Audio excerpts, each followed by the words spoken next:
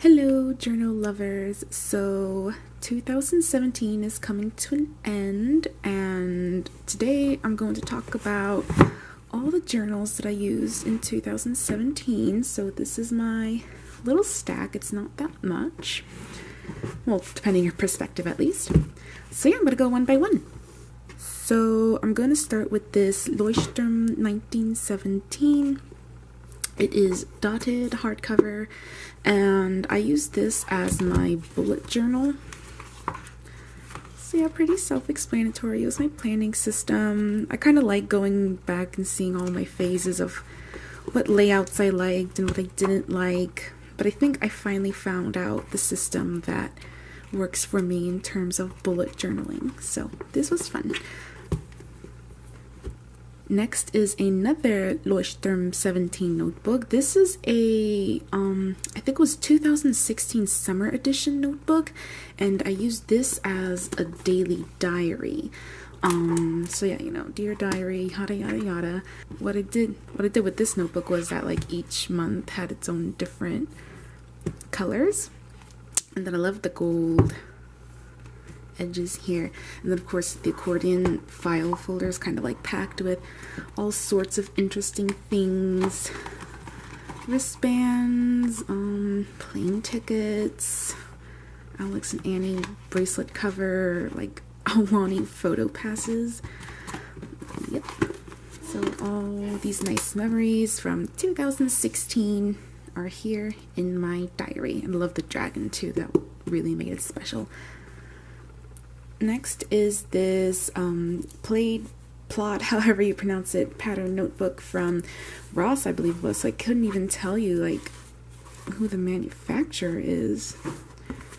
So it's a markings notebook, and again I got this at Ross. I think it was like $4, and I use this as a reading reflection journal. So every time I finish reading a book, I'll just reflect on it, unpack what I just read. I wouldn't really call it a review. I use this to kind of keep my literary critique skills sharp, if you catch my drift. So these next two notebooks actually go hand in hand. They're both Moleskines, and I use this one. It's a pocket Cahier, I believe, and I got this at Target in pack of 3.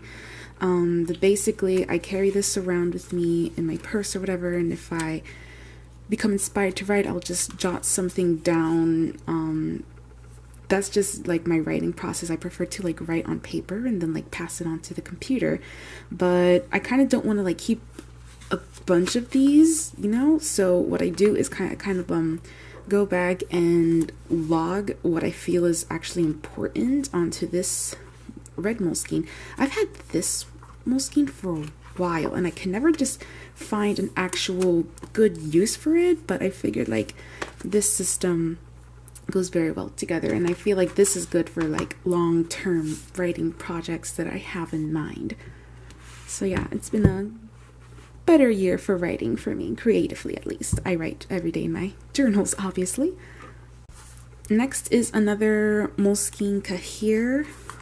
So I've been using this as a theater notebook. It's just so easy to stuff in my bag, take out, jot down things. I did stage manage a few shows this year. Now it's like filled up completely, and I'm most likely gonna just toss this because I have no reason to keep a whole bunch of scribbles. Now we have this Cambridge notebook. I got this at Target, and what I've been using this for is to help me study for the GRE. So here we have like a bunch of math and more math and all the math. So yeah, it was a fun little year of math for me. So this notebook really just came in handy. I didn't like buy this specifically to practice math in. It's just like, oh, I have this notebook, I can practice math in here. Again, I did get this at Target, and while the notebook, you know, it was handy, got its job done, but you can see like the ink bleeds through. I use a Uniball Signo most of the time, and then these are Zebra Myliner pens, and again you can just see the bleed through and such. But it's cool because on the top here, you can like circle what date is. I actually wanted this for a theater notebook, but I'm glad I didn't, because I realized that because of the way it's bound right here, like it's not that convenient. Like you have to like really bend the page, and I feel like you lose a lot of space just because of like how oddly it's bound. So, you know, I got its job done. I just wouldn't buy or recommend anyone actually buy this. They're really pretty though. I cannot deny that. That's literally why I bought it in the first place. And that is it. These were all the notebooks and journals that I used in 2017. So most of these are gonna be tossed away. Like this is toss, this is toss.